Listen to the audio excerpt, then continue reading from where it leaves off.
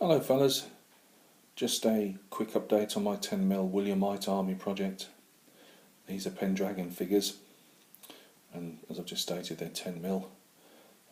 I'm intending to do a army for King William, and then a Jacobite army for King James, and obviously King Louis's army as well, and then probably expand more Dutch into that at a later stage. And this is probably, I think, number 8 regiment of foot I've done now, and the horse at the back, I think I've got 2 regiments of horse and 1 of dragoons. So I'm hoping to have probably another 6 to 8 regiments of foot still to be completed, and maybe another 1 regiment of horse and 1 of dragoons, with a few small pieces of artillery, to form the army. And then I shall go on to the Jacobites. So this is mainly for the war in Ireland, and maybe some of the like Bonnie Dundee's uprising in Scotland. So at some stage I can see some Highlanders getting painted as well, but I'll leave that for a much later date. So the regiment of foot in the front is Derings, and they are an English regiment. At this time period, the different parliaments would pay for the upkeep of regiments. So you'll often hear me say the English establishment, the Irish establishment. At this time Scotland wasn't part of the Union, and they had forces that were fighting under King William, and I believe Catholic forces fighting for King Louis. The regiment behind is a French Hugonot, so a French Protestant regiment.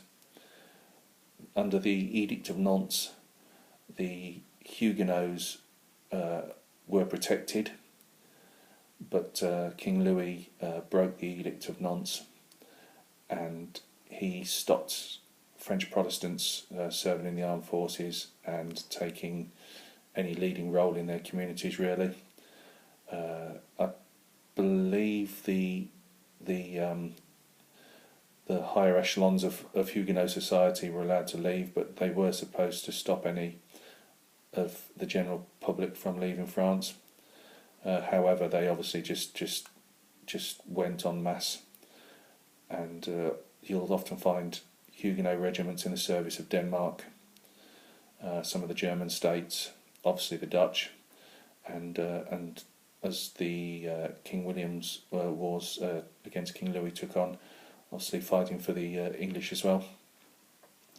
And these guys here are on the, I suppose you can say, on the English establishment fighting for King William. They're usually painted. Huguenots are often in white, which is usually the French, the main French colours anyway. So I've got another regiment of Huguenot foot to do at the moment, so I'm painting a fair bit of white.